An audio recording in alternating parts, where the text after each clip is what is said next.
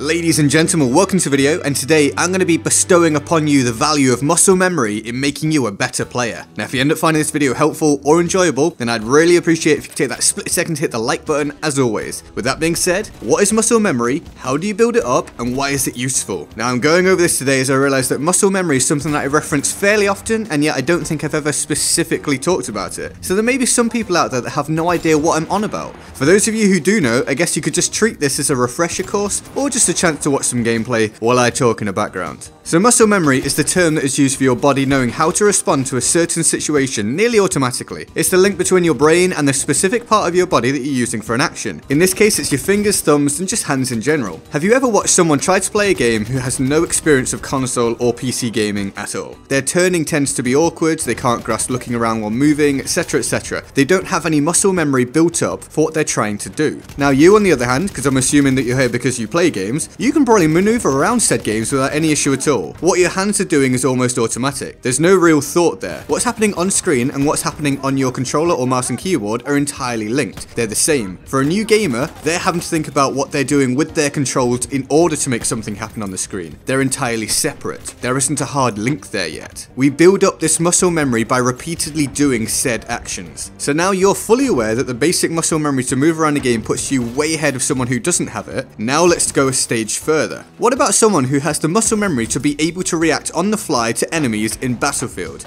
The ability to quickly turn on someone and take them down, or the ability to be able to reliably snipe people. You get the idea, there's lots of different ways of looking at it. Some of you will have a good level of muscle memory here, some of you won't. So how do you develop this? Well, as stated before, it's by repeatedly doing the action. But it's a little less simplistic in this case. Yes, you can just play and you'll build up some level of ability, but this is where another term that I've used before comes into play: practicing with intent. Playing with a specific focus in mind and forcing a certain action will help you to build up the necessary muscle memory to do something more complex or difficult. So rather than just playing, you can tell yourself that for the next hour, you're going to try to hit headshots as often as possible, or focus upon only reloading when near cover as often as possible, or making yourself slide around corners as often as possible. You get the idea. The more you do something, the more it becomes habitual or natural. So implementing good habits helps you to be a better player in the long term. It can help you to break through that glass ceiling of ability that you might currently be at. And we're lucky in that regard, because repeating the same action in some walks of life can be boring. Repeatedly scanning items at a cash register or stacking shelves will help to build up basic muscle memory. It will allow you to do these things more quickly, more efficiently, but it's not fun for most people to do. Building up muscle memory in a game is far easier because it tends to be far more fun. There's no downside to it. So if you want to get better at something in Battlefield 1, then you're in a great spot to make it happen. Just keep in mind that you're practicing and won't necessarily be great at it right now,